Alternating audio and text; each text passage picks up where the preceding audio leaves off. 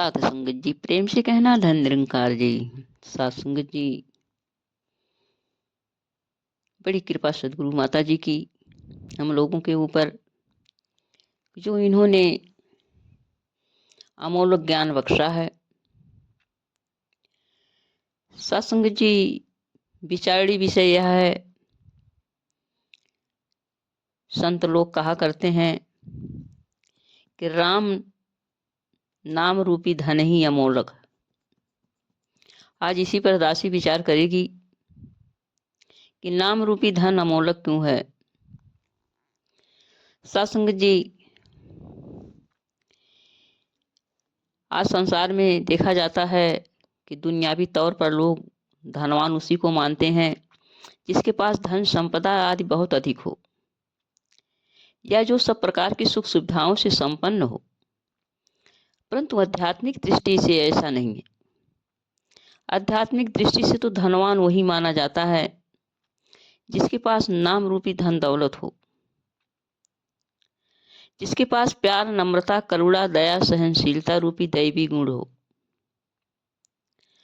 सत्संग जी, भौतिक धन तो परिवर्तनशील है, आज है कल नहीं है, आज ज्यादा है तो कभी कम है,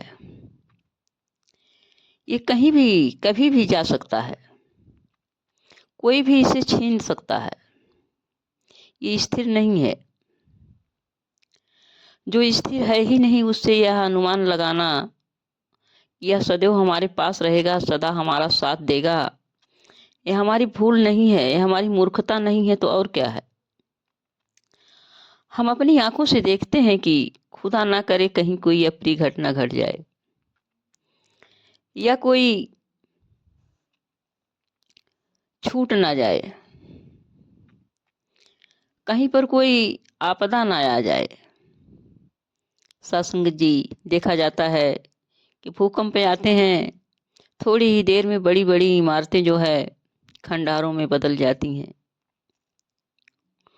दूसरों को दान देने वाले खुद बेघर हो जाते हैं, सड़क पर आ जाते हैं। इस धन से क्या लाभ है। ये धन तो केवल गुजरान के लिए ही चाहिए, गुजारा हो जाए केवल। इस धन से कोई कितना धनवान है, इसका अनुमान हम स्वयं ही लगा सकते हैं। यदि कुछ समय के लिए हम मान भी लें कि जब तक हम संसार में, यह धन हमारे साथ रहेगा, हमारा साथ देगा, यह हमें आगे बढ़ाएगा, लेकिन फिर भी इसके बाद क्या होगा। सत्संग जी, आगे कौन सा धन हमें काम आएगा, या कोई नहीं जानता है। संतों ने कहा कि किस धन का महत्व है, भौतिक धन का या नाम धन का। यदि सांसारिक धन ही अधिक कीमती है, महत्वपूर्ण होता, तो महात्मा कबीर दास को यह कहना ना पड़ता कि कबीरा सब जग निर्धना, धनवंता नहीं कोय, धनवंता सोई जानिए जाके राम रतन धन होए। कबीर दास कह रहे हैं कि पूरा संसार निर्धन है, कोई भी धनवान नहीं है, क्योंकि धनवान वो है जिसके पास नाम रूपी धन है, जो समय के रहते समय के सदगुरु की शरण में आ गया, जिसकी झोली में इनकी कृपा बरसी, ब्रह्म ज्ञान की दात पड़ गई, उसे नाम धन मिल गया, वही धनवान है। क्योंकि कभी यह न कम होता है न ज्यादा होता है, ये घट न आता है न जाता है। जिनके पास ये धन हो गया वही धनवान हो गया। हमें तो वो धन चाहिए जो सदैव हमारे साथ रहे, जो सदा हमारे पास रहे, जो लोक में भी हो और परलोक में भी हो, दोनों जगह काम आए। इसीलिए इस धन के लिए संतों ने कहा है कि ऐसी कौन सी वस्तु है जिसको पाने के बाद किसी वस्तु को पाने की जरूरत नहीं होती। ऐसी कौन सी वस्तु है जिसको देखने के बाद अन्य वस्तु को देखने की जरूरत नहीं होती। ऐसी कौन सी वस्तु है जिसको जानने के बाद किसी वस्तु को जानने की जरूरत नहीं होती। अर्थात यही परमात्मा जानने योग्य भी है और सब कुछ जानने वाला भी है। इसको जानने के बाद, इसको पाने के बाद ना कुछ पाना शेष रहता है, ना कुछ जानना शेष रहता है। तो साथ संगत जी, क्यों ना हम इसे ही प्राप्त करें जो सर्वश्रेष्ठ है, जो टिकाऊ है। क्यों नहीं इसको पाकर हम धनवान बने। साथ संगत जी, मीराबाई के पद को सभी लोग पढ़ते सुनते हैं। रविदास गुरु जी की कृपा से मीरा जी ने ये पद गाया, पायो री मैंने राम रतन धन पायो, वस्तु अमोलक दी मेरी सतगुरु कर कृपा अपनायो। खर्च न खूटे चोर न लूटे, दिन दिन बढ़त सवायो। सत्संग जिसको चोर लूट नहीं सकता है, ये कभी खर्च नहीं होता है। अर्थात हम जितने इसको बांटते हैं उतने ये बढ़ता जाता है। मीराबाई को सभी जानते हैं कि राजघराने में जन्मी पली बढ़ी थी और राजघराने में इनकी शादी भी हुई थी।